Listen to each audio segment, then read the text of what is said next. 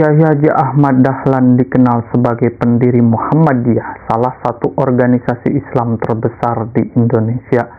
Beliau juga merupakan seorang ulama dan salah satu tokoh pembaharu Islam di Indonesia.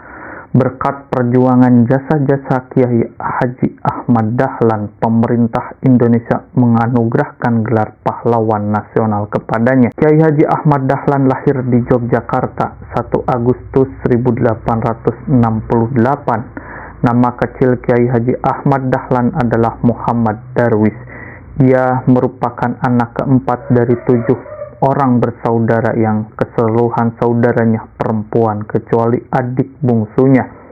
Pendiri Muhammadiyah ini termasuk keturunan yang ke-12 dari Maulana Malik Ibrahim, salah seorang yang terkemuka di antara Wali Songo, yaitu pelopor penyebaran agama Islam di tanah Jawa. Silsilah tersebut ialah Maulana Malik Ibrahim, Maulana Ishak, Maulana Ainul Yakin, Maulana Muhammad Fadullah Sunan Preten, Maulana Sulaiman Ki Ageng Gribing Jatinom, Demang Juru Sapisan, Demang Juru Kapindo, Kiai Ilyas, Kiai Murtada, Kiai Muhammad Sulaiman, Kiai Haji Abu Bakar, dan Muhammad Darwis atau Ahmad Dahlan. Pada umur 15 tahun, ia pergi haji dan tinggal di Mekah selama 5 tahun. Pada periode ini, Kiai Haji Ahmad Dahlan mulai berinteraksi dengan pemikiran-pemikiran pembaru dalam Islam seperti Muhammad Abduh Al-Afghani, Rashid Ridho, dan Ibnu Taimiyah. Ketika pulang kembali ke kampungnya tahun 1888, ia berganti nama menjadi Ahmad Dahlan. Pada tahun 1903, ia bertolak kembali ke Mekah dan menetap selama 2 tahun. Pada masa ini ia sempat berguru kepada Syekh Ahmad Khatib yang juga guru dari pendiri NU Kiai Haji Hashim Asy'ari. Sepulang dari Mekah, ia menikah dengan Siti Walidah, sepupunya sendiri, anak Kiai Penghulu Haji Fadil yang kelak dikenal dengan Nyai Ahmad Dahlan, seorang pahlawan nasional dan pendiri Aisyah. Dari perkawinannya dengan Siti Walidah, Kiai Haji Ahmad Dahlan mendapat 6 orang anak, yaitu Johanah, Siraj Dahlan, Siti Bushro, Irfan Dahlan, Siti Aisyah, Siti Zahrah. Di samping itu, Kiai Haji Ahmad Dahlan pernah pula menikahi Nyai Abdullah Janda Haji Abdullah.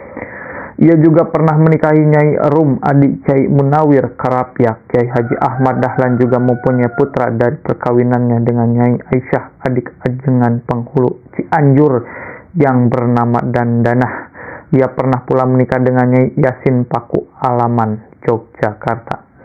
Dengan maksud mengajar agama, pada tahun 1909 Kiai Dahlan masuk Budi Utomo, organisasi yang melahirkan banyak tokoh-tokoh nasionalis.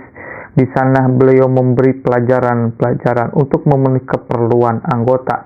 Pelajaran yang diberikan terasa sangat berguna bagi anggota Budi Utomo, sehingga para anggota Budi Utomo ini menyarankan agar ia membuka sekolah sendiri yang diatur dengan rapi dan didukung oleh organisasi yang bersifat permanen. Hal tersebut dimaksudkan untuk menghindari nasib seperti pesantren tradisional yang terpaksa tutup bila kiai pemimpinnya meninggal dunia. Saran itu kemudian ditindaklanjuti Kiai Ahmad Dahlan dengan mendirikan sebuah organisasi yang diberi nama Muhammadiyah pada 18 November 1912.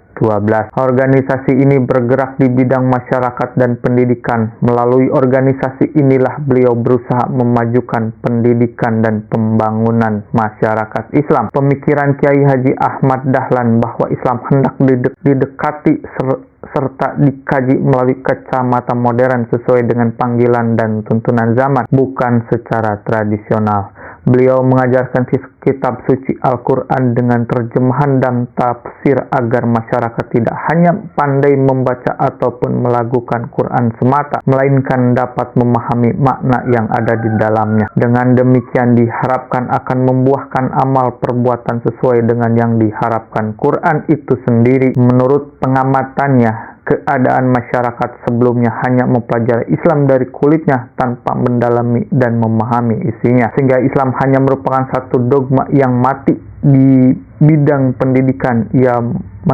mereformasi sistem pendidikan pesantren zaman itu yang menurutnya tidak jelas jenjangnya dan tidak efektif metodenya lantaran mengutamakan menghafal dan tidak merespon ilmu pengetahuan umum. Maka Kiai Haji Ahmad Dahlan mendirikan sekolah-sekolah agama dengan memberikan pelajaran pengetahuan umum serta bahasa Belanda. Bahkan ada juga sekolah Muhammadiyah seperti Hizmet the Quran. Sebaliknya, beliau pun memasukkan pelajaran agama pada sekolah-sekolah umum. Ia terus mengembangkan dan membangun sekolah-sekolah sehingga semasa hidupnya beliau telah banyak mendirikan sekolah, masjid, langgar, rumah sakit, poliklinik, dan rumah yatim piatu. Kegiatan dakwah pun tidak ketinggalan. Beliau semakin meningkatkan dakwah dengan ajaran pembaruan. Di antara ajaran utamanya yang terkenal, beliau mengajarkan bahwa semua ibadah diharamkan kecuali yang ada perintah dari Nabi Muhammad. Beliau juga mengajarkan larangan ziarah kubur, penyembahan dan perlakuan yang berlebihan terhadap pusaka-pusaka keraton seperti keris, kereta kuda, dan tombak. Di samping itu, beliau juga memurnikan ajaran Islam dari percampuran ajaran Hindu, Buddha, animisme, dan dinamisme, dan kejawen. Di bidang organisasi, pada tahun 1918 beliau bersama dengan istrinya yakni Nyai Ahmad Dahlan membentuk organisasi Aisyah yang khusus untuk kaum wanita.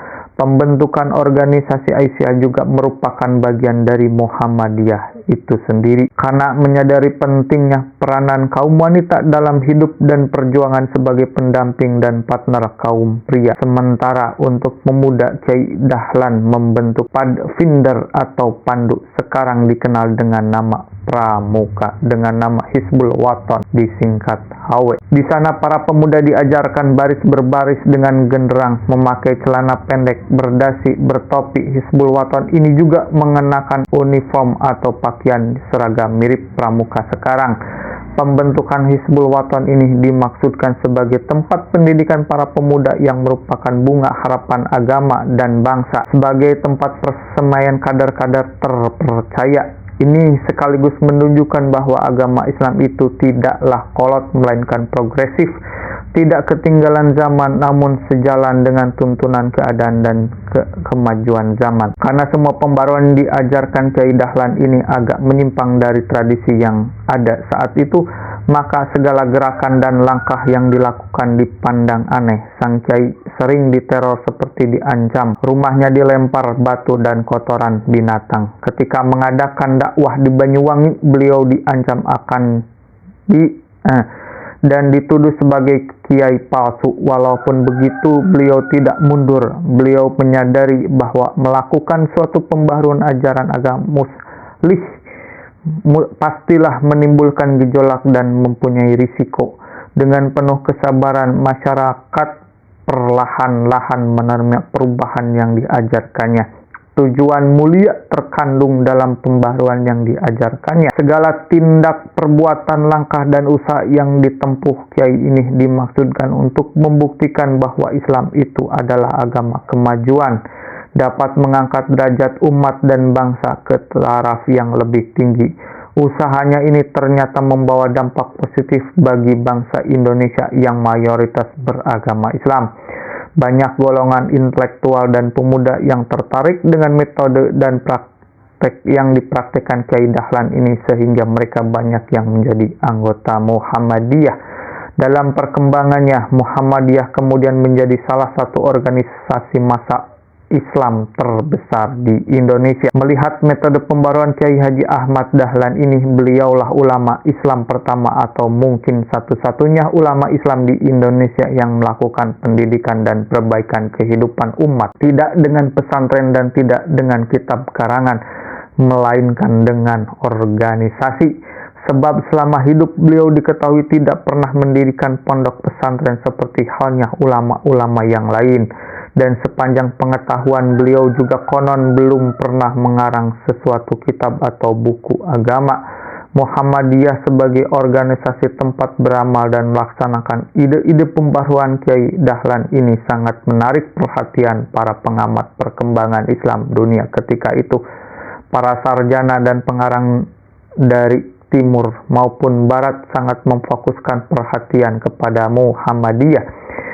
Nama Kiai Haji Ahmad Dahlan pun semakin tersohor di dunia dalam kancah perjuangan kemerdekaan Republik Indonesia. Peranan dan sumbangan beliau sangat besar. Kiai Dahlan dengan segala ide-ide pembaruan yang diajarkannya merupakan saham yang sangat besar bagi kebangkitan nasional di awal abad ke-20. Kiai Dahlan menimba berbagai bidang ilmu dari para kiai, yakni Kiai Haji Muhammad Saleh di bidang ilmu fikih, dari Kiai Muhsin di bidang ilmu nahwu sharaf, dari Kiai Haji Raden Dahlan di bidang ilmu falak, dari Kiai Mahfud dan Kiai Haji Ayat di bidang ilmu hadis, dari Syekh Amin dan Syekh Bakri Satok di bidang ilmu Al-Quran, dan serta dari Syekh Hasan di bidang ilmu pengobatan dan racun binatang. Kiai Haji Ahmad Dahlan wafat pada usia 54 tahun pada tanggal 23 Februari 1923. Beliau kemudian dimakamkan di Kampung Karangkajen,